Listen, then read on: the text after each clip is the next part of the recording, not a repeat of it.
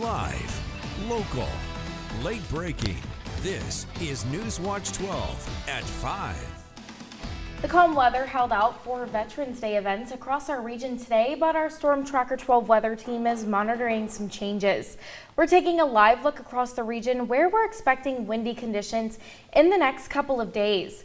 Thanks for joining us for Newswatch 12 at 5. I'm Samantha Cadera. And I'm Oscar Rodriguez. We'll talk about Veterans Day events across our region in just a few moments. But first, let's turn over to our Storm Tracker 12 Chief Meteorologist, Matt. When can we expect these winds to pick up and how strong will they get? Well, they're going to get pretty strong, especially as early as tomorrow in the Shasta Valley. Take a live look right now at our current wind speeds. They're fairly light, but a storm system is approaching and we're going to see those winds cranking up as we go throughout the day tomorrow. Take a look at air quality. Because we haven't had a lot of wind, things have been fairly stagnant. We do have some reduced air quality in our inland valleys, moderate air quality in Medford, Klamath Falls, Wairika, and Grants Pass. But as winds pick up tomorrow, we will see that improving quite a bit. Currently 51 degrees in Medford. It's 48 in Klamath Falls, 52 in Montague. The cloud cover today really keeping temperatures down, especially in the Rogue Valley. We, of course, this morning had those foggy conditions as well. We're going to continue to see clouds streaming through the region tonight. Here's our storm system. It is going to be getting its act together over the next 24 hours, and winds are really going to crank up. We'll see some more pretty strong, widespread strong winds for Thursday as well. A very active stretch of weather. This storm system going to be a bigger deal when it comes to wind as opposed to precipitation. We have some wind advisories that have been posted for the east side, the Rogue Valley, and then a high wind warning for the Shasta Valley with this system tomorrow into Thursday. I'll have details on the timing of those alerts up in a bit, but tonight expect generally mostly cloudy skies. We'll see some more areas of fog developing in some of our west side valleys. Then tomorrow, mostly cloudy. Most of the day is dry for much of the region. The big thing will be those winds cranking up out of the south as we go throughout your Wednesday, and then some wet weather will start to push in the region, especially as we move into tomorrow evening and night. We'll time out the rain. We'll talk precipitation amounts. I'll have more details on those wind advisories and high wind warnings, and of course your forecast right through the weekend, all coming up in just a bit. Communities across the country and throughout our region are taking time to pay tribute to those who have served in the U.S. military. Right now, we're looking at a celebration that took place at Hedrick Middle School yesterday, featuring taps, a veterans walk through the halls, and a flag folding ceremony. Gratitude runs deep this Veterans Day across the Rogue Valley, but for one woman, her gratitude goes back multiple generations, causing her to honor Veterans Day through a different lens. And Newswatch 12 Daryl Green takes us to Don Jones Memorial Park for the story.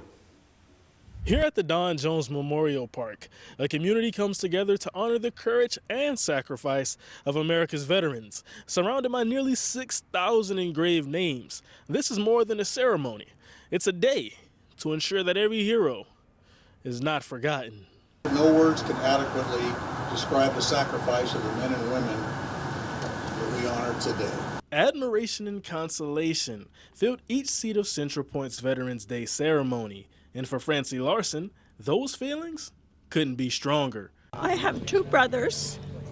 One was in the Army, one was in the Navy. My father was in the Army. I think it's part of who I am. It's part of who my family is. Larson's grandfather and great-grandfather also served, and she expressed that her military connection affects her to this day. Every time we have a war, I mean, it hits home because it is emotional. It hits you in your heart.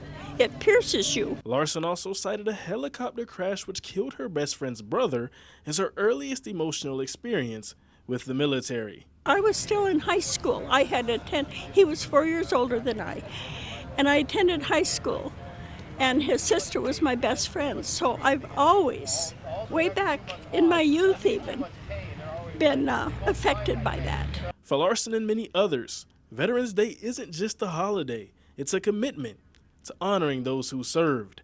In Central Point, I'm Daryl Green.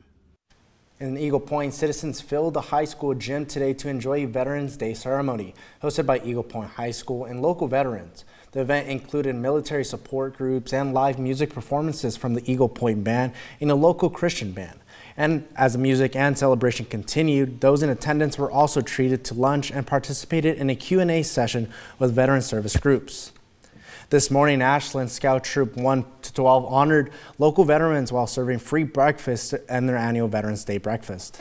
Newswatch 12's Danny Stepanovich shows us more about this tradition and how it connects generations to strengthen the community. There's nothing like the fresh smell of pancakes and bacon filling the air first thing in the morning. And at the Elks Lodge, the people serving them are all under 18. I need pancakes. 8th grader Zuri Medlin was among the scouts that took meal orders and talked with veterans. It's really fun and it's like really helpful because it makes our town a better place, and you can always count on a scout to kind of like help you with things. Behind me, scouts are getting ready to clean up what's been the biggest Veterans Day breakfast yet. They've raised the most amount of money and fed the most amount of people than ever before. Donations go straight towards supporting future community events honoring local service members. It's our job, literally, to start teaching our younger people what service is and the connection to service. Hopefully, as you're teaching them that and showing them that, leading towards that, they'll find a passion in doing service. This event is more than just serving and bussing tables for these scouts. It's a chance to sit down and learn from the veterans and connect with past generations. But this is like a whole community-wide thing. You hear a lot of stories about things, you connect a little bit more, you sort of, for instance, when we're here with the veterans, we ask them, you know, where did you serve, what did you do? We ask them things like that, and it helps to like connect with them on more of like a personal level.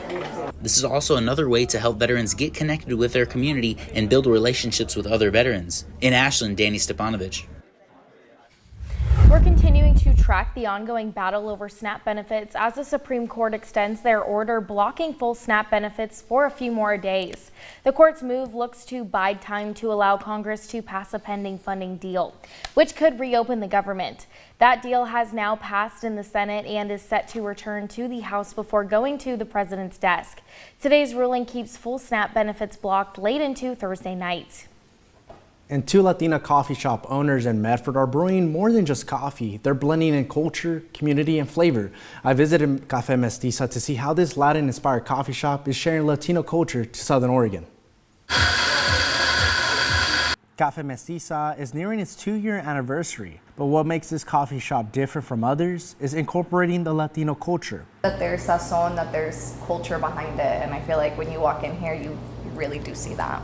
Owners Jimena and Zuri have worked in the coffee house industry and noticed Southern Oregon was missing a coffee shop that can attract the Latino community. It was kind of like, nos encanta el café, what if we did something like that? You know, we have so much culture and flavor when it comes to like our candies, you know, el chocolate abuelita. I was like, el café de olla. I was like, we could really like do something with this and cater to a different palate, you know, and bring something beautiful. Incorporating famous Hispanic and Latino flavors to their drinks like tres leches and café de olla. But the most important is to break a language barrier with guests. Like growing up primarily here in Medford, coffee shops, you don't see a lot of people that look like us. You don't see a lot of people that speak the same language you do behind the counter, or que te digan, buenos días, bienvenidos, you know? Zuri hopes Café Mestiza is able to bring not just the Latino community, but everyone together. But it's something different to be able to serve someone, maybe they're bringing their mom out for a coffee date, you know, a latte with a latte design, you know, or their abuelitos, they're bringing them out, or the yarderos are gonna come in and get coffee and they feel comfortable coming in every morning and getting their hot coffee to go. They don't feel A disconnect. By helping out the community is what made the Latina Power duo to enter into Pitch Latino. After winning one in Southern Oregon, they headed to Portland to compete against their local businesses. I thought we were less gonna win here. Even up there, we're like, we're definitely not gonna win. But hey, we're gonna meet so many amazing people. We're gonna get a small whatever grant that everyone gets, like a participation one, and we're so happy to be there. But they took home first place and winning $10,000 in Portland. I'm still in shock. I tell Suri all the time, like, I wish I could relive that experience without like all the So excitement. and all of a sudden, like, they announced us, and I just remember being like, oh my gosh, like it feels like we won the Super Bowl. Plus, both coming back home with a congratulations poster signed by their customers. I feel like with those regulars that we have been able to keep with us, I think we're proud to say that we feel like we've made it. Yeah. And tune into our 6 p.m. newscast to find out how Café Mestiza is using some of their grant money to give back to the community. The Central Point community came together today in honor of a beloved local resident for the Living Like Lanny blood drive. Family, friends, and even strangers filled the Grange, donating blood in memory of Lanny. He was a well-known figure in his community, and by the end of the blood drive, every time slot was filled. If you'd like to take part in another community blood drive, you can find a list of upcoming events on our website. Jacksonville is getting into the holiday spirit, and one of its most festive traditions is back. Tickets are on sale starting today for the Jacksonville Holiday Lights Trolley Tour. The 45-minute ride takes you through historic Jacksonville, showcasing the town's bright holiday light displays and landmarks. The 45-minute ride takes you through historic Jacksonville, showcasing the town's bright holiday light displays and landmarks. Guests can enjoy caroling, hot cocoa, and coffee while taking in the festive sights. The tour runs nightly through December, except on Christmas Eve and Christmas Day, and is organized by the Jacksonville, Oregon Chamber of Commerce. For tickets, you can head to our website.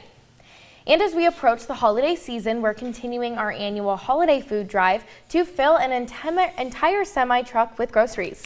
And we've already collected over 1,000 bags of groceries for our Stuff the Truck campaign, but we still need about 5,000 more. If you want to help us, you can visit any Ray's Food Place and buy a $25 bag of groceries at checkout. You can also head over to kdrv.com and make a monetary donation.